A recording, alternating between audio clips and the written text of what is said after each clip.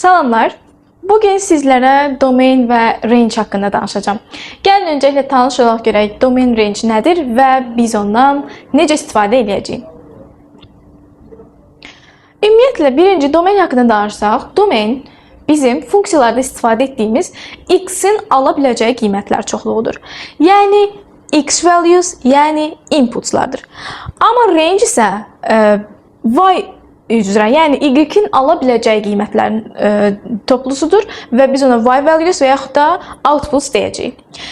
Və SAT-də ümumiyyətlə domain və yaxud da range haqqında çoxlu suallar çıxacaq qabağımıza. Hər dəfəsində demək olar ki, bir dənə domain ya da range sualları düşür. Bir və yaxud da iki sual ola bilər. Və burada daha çox domainlə bağlı suallar düşür. Domaində isə biz x üçün ala biləcəyi qiymətləri araşdırırıq. Yəni, x bir misalın içərisində hansı qiymətləri ala bilər və yaxud da onun üçün hansısa bir qadağa varmı? Bunun üçün biz fikirləşirik. Əgər, yəni özümüzə sual verməliyik. Əgər o, deyək ki, ifadənin içərisində, verilmiş ifadənin içərisində x dəyişəni, x variables, əgər denominatorda yerləşibsə, biz artıq fikirləşirik ki, əvvəlki dərslərdən bunu danışmışdıq ki, məxrəc heç vaxt sıfır ola bilməz. Yəni, denominatorun sıfırdan fərqli qiymətlərini tapmalıyıq. Artıq biz üçün, x üçün burada bir domain çıxardırıq ki, x məxrəcdədirsə sıfır ola bilməz, sıfırdan başqa digər ədədlər alacaq. Və yaxud da bəzən ifadələrimiz inside square root, yəni əgər kvadrat kökün içərisində yerləşirsə, bu zamanda biz deyirdik ki, köklər haqqında danışanda demişdik ki, kökün içərisi heç vaxt mənfi qiymət ala bilməz.